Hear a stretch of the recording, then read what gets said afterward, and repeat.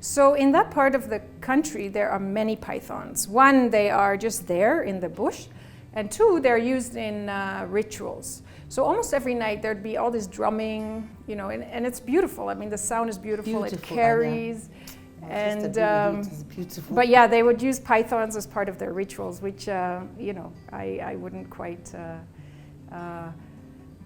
handle them the way they would handle them. I mean, I wouldn't handle them at all.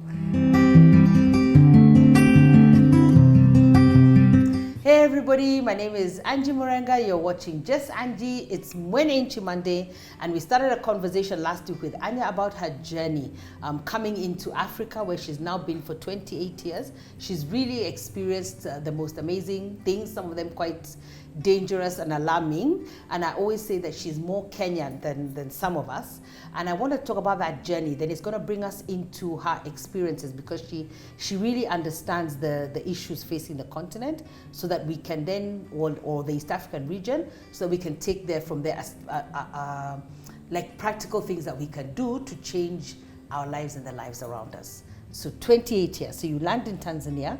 Do you then get taken out? You land in Dar, but you right. must go somewhere out in the outskirts. Yes, so first area. We went to Morogoro.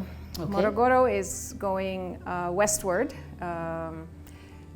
towards Iringa, and there's a Lutheran training school there. So I did 1 month of Kiswahili language training there. Wow. Yes, and then from there, via Arusha, where my supervisor lived, ended up in Maswa, in about sort of March 1994, in a home that was built next to the Lutheran church in Maswa. Now Maswa is on the edge of Maswa Game Reserve, which is connected to the Serengeti. Okay. It's 150 kilometers south of Mwanza, and at that time, no roads whatsoever. It was a path with huge potholes. I would do it by bus. It would take 150 kilometers, would take 11 hours by bus. Oh my goodness. By vehicle, maybe 4 or 5 hours.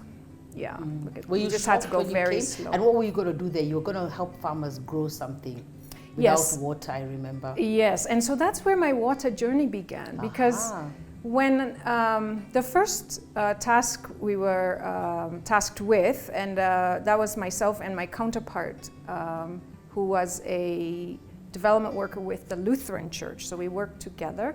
Obviously, I'm totally green behind the ears, and didn't know the local Sukuma language, and was just beginning to learn Kiswahili. We had to, do what's called a rapid assessment of the villages, and then look at where we would do our work. And at that time, there was a major drought. The reservoir for the town of Maswa, or village of Maswa, was empty, and people were digging 2 meters into the bottom, the floor of the dam, to get water. And that water was so dirty. And so I began asking questions. I mean, how do you start doing any work? Like, we were looking at planting lemon trees and doing more of organized farming with drought-tolerant crops, because it's a semi-arid area, like sorghum and millets, and using the manure, because the folks there had lots and lots of cows, but no water.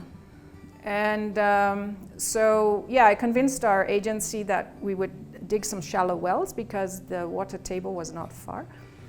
And I realized, having lived in countries where there's plenty of water, here is a whole different ball game. And how do you do health? How do you do nutrition? How do you do horticulture? How do you do life without water? So I began thinking about water in everything we do from that time on. It's also the time when the genocide broke out in Rwanda. And we were very close to that scene. We worked with an Anglican church as well. They were right on the Kagera River. That's where a lot of the bodies floated. Really? It was a horrible experience, although at the time I didn't internalize it, and it became very real and emotional to me during post-election violence here in Kenya. That's when all of that memory was re-triggered from Rwanda. Of bodies floating up the river. Yes, yeah. Wow. And then the Rwandese coming into Tanzanian villages, and so to then, flee. Yeah, that's also, and this is 4 months into, being into there. Africa, And that's also when I first had malaria. I was on prophylaxis, but got malaria. And these are some of the things. Such a horrible thing. Yes. I got malaria once. I wasn't joking. I think out there find me fighting with a mosquito. I was like, this little thing could cause this much damage. I was so sick. Yeah. I was very, very sick. Mm-hmm. Yeah, and by that time I had seen someone who had suffered cerebral malaria.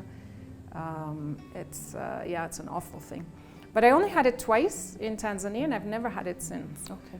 So that's also part of God's protection. It is part of God's protection, where we lived, we had a pit latrine out back, which we used during the day, and then at night, if we had to use the loo, we'd use the indoor flushing toilet. But of course, we had to save all our grey water and reuse it, either in the vegetable garden.